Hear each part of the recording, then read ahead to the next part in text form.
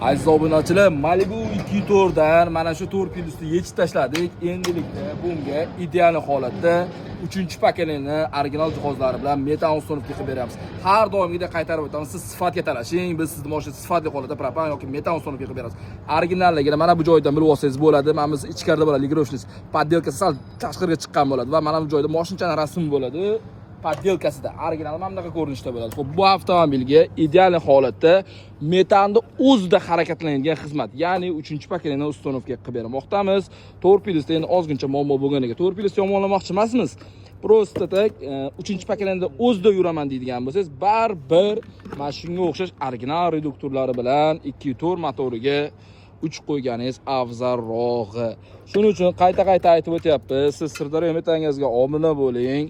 Har qanday turdagi avtomobillarga yuqori sifatda propan ham, metan ham ustunovka qilib beramiz. Mashina ahamiyati yo'q.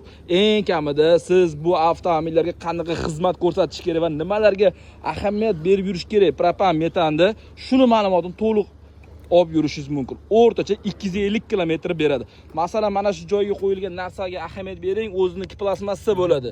Mana shuni ham tez ko'rsatib turishingizni tavsiya qilamiz. Ya o'rtasiga mana shunaqa trubka yoki mana shunga o'xshash narsa qo'ying. Agar buni qo'ymaydigan bo'lsangiz, sinib ketib, antifriz oqib, motoringizni o'ldirib qo'yishingiz mumkin. Guliston metangaz har doimgidek sizlarga sifatli va to'g'ri takliflarni berib qoladi. Bu videoni Malibuchilarga yuborib qo'ying, boshqa joyga borib adashib qolmang. O'zimizga keling, kafolati bilan 24 ga yetdi. Har qanday jiday motorlarga ustunovka qilib beramiz. 2 turbo XL Premier ahamiyati yo'q.